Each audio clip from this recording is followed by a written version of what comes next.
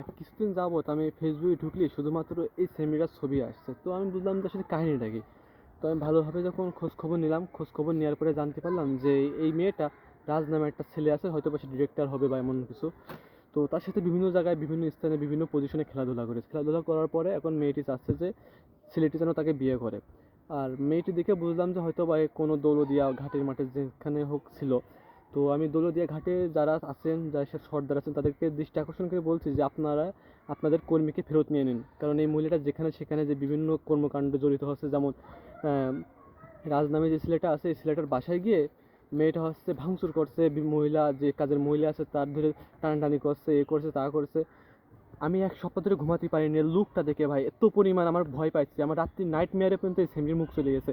আর যাই হোক, আমি জানতে পারি যে মেকআপটা কে করিয়েছে বা কে করিয়েছে, আমি সত্যি ভাই তার নামে মামলা দিয়ে দেবো।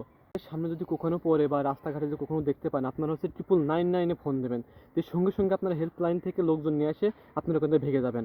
আমাদের বাঙালির একটা সমস্যা আছে ভাই, কি জানেন, সেটা হচ্ছে যে এখন আমি খেয়াল করলাম যে কমেন্টে বিভিন্ন রকম অতিরিক্ত গালিগালাজ করছে বা বিভিন্ন রকম কথাবার্তা করছে, পরে আমরা কি করবেন শুনবেন।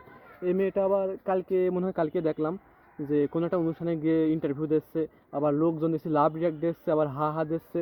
এবার মেয়েটি নিজেকে অনেক সেলিব্রিটি ভাবছে, যাই হোক ভাবারই কথা, কারণ আপনারা তারও তুলেছেন। আবার কদিন পরে আপনারাই বলবেন যে এই সেলিব্রিটি হয় কি করে, ভাই আপনারাই বানাচ্ছেন, আপনারাই করছেন সব কিছু। ভয় পেয়েও যান, কোনো ব্যাপার না, আমি ডেন্ডি বাবার ভিডিও লিঙ্ক দিচ্ছি, আপনারা ওই ডেন্ডি বাবার থেকে ওষুধ খালি সব কিছু ঠিকঠাক হয়ে যাবে, চিন্তা করবেন না।